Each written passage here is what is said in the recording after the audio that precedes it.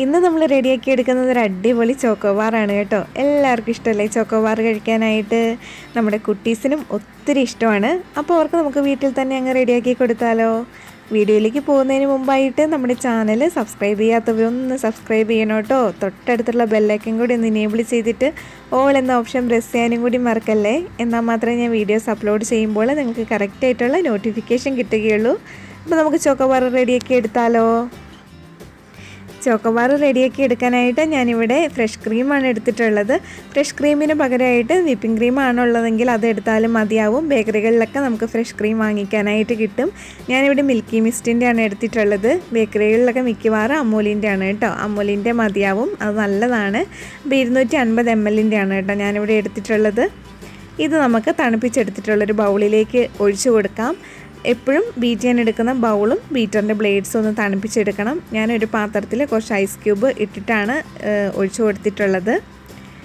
ഇനി ഇതിലേക്ക് ഒരു 4 ടേബിൾ സ്പൂൺ പാൽപ്പൊടി ചേർത്ത് കൊടുക്കാം. 1/2 കപ്പ് പൊടിച്ചിട്ടുള്ള പഞ്ചസാരയും കൂടി ചേർത്ത് കൊടുത്തിട്ട് ഒന്ന് ബീറ്റ് ചെയ്തെടുക്കാം. എല്ലാം കൂടി ഒന്ന് മിക്സ് ചെയ്തിട്ട് വേണം കേട്ടോ ബീറ്റ് ചെയ്തെടുക്കാനായിട്ട്, ഇല്ലെങ്കിൽ ചിലപ്പോൾ പുറത്തേക്കൊക്കെ തെറിക്കും.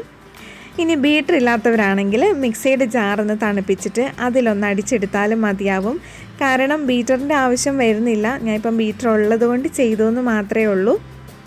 നമ്മൾ കേക്കിലേക്കൊക്കെ എടുക്കുന്നത് പോലെ അത്രയും വിപ്പിംഗ് ക്രീം നല്ല സ്റ്റിഫ് ഫിക്സായിട്ട് കിട്ടേണ്ട ആവശ്യമില്ല. ചെറുതായിട്ടൊന്ന് വിപ്പായി വന്നാൽ മാത്രം മതി.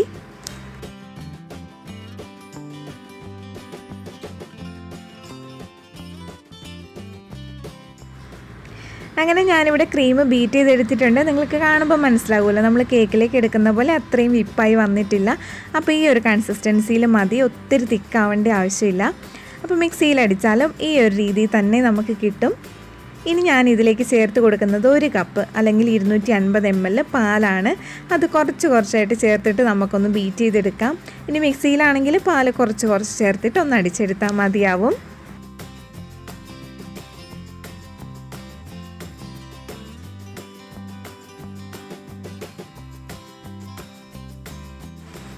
അങ്ങനെ മുഴുവൻ പാലും ചേർത്ത് കൊടുത്തിട്ട് ഇവിടെ ബീറ്റ് ചെയ്തെടുത്തിട്ടുണ്ട്.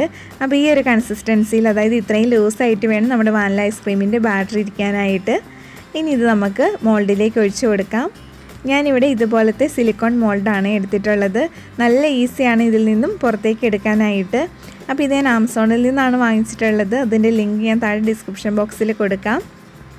ഇനി ഇതുപോലത്തെ ഐസ്ക്രീമിൻ്റെ സ്റ്റിക്ക് നമുക്കിതിൻ്റെ ഉള്ളിലേക്കൊന്ന് വെച്ച് കൊടുക്കണം.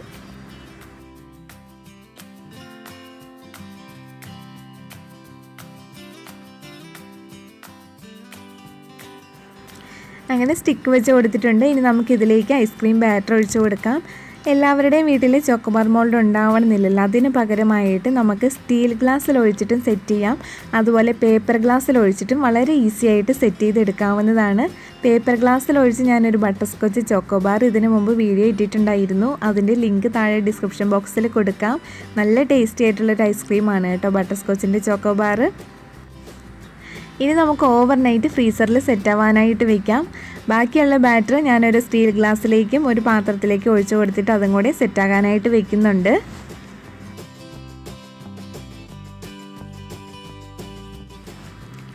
അങ്ങനെ നമ്മുടെ ഐസ്ക്രീം സെറ്റായിട്ട് ഫ്രിഡ്ജിൽ ഇരിപ്പുണ്ട്. ഇനി നമുക്ക് ഇതിലേക്കുള്ള ചോക്ലേറ്റ് ഒന്ന് റെഡിയാക്കാം.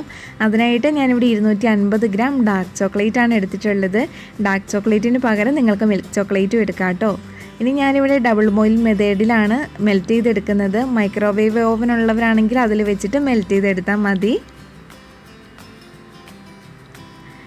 ഇനി ഞാൻ ഇതൊരു ബൗളിലേക്ക് മാറ്റുവാണ്. ഹീറ്റ് പ്രൂഫ് ആയിട്ടുള്ള ബൗൾ എടുക്കാൻ ശ്രദ്ധിക്കണേ.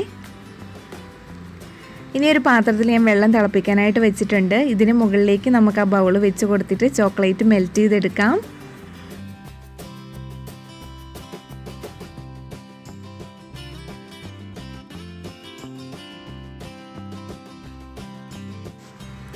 ചോക്ലേറ്റ് ഇവിടെ മെൽറ്റായി വന്നിട്ടുണ്ട്. ഇത് നമുക്ക് ഇളക്കി തന്നെ ഒന്ന് ആറിച്ചെടുക്കാം.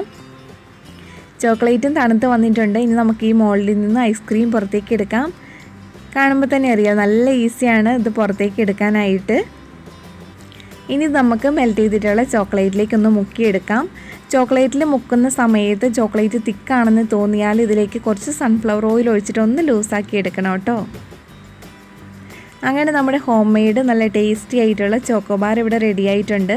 എല്ലാവരും ഒന്ന് ട്രൈ ചെയ്ത് നോക്കണം. അതിനുശേഷം കമൻറ്റ്സ് അറിയിക്കാനായിട്ട് മറക്കല്ലേ. വേറൊരു റെസിപ്പി ആയിട്ട് നമുക്ക് വീണ്ടും കാണാം. Thank you for watching.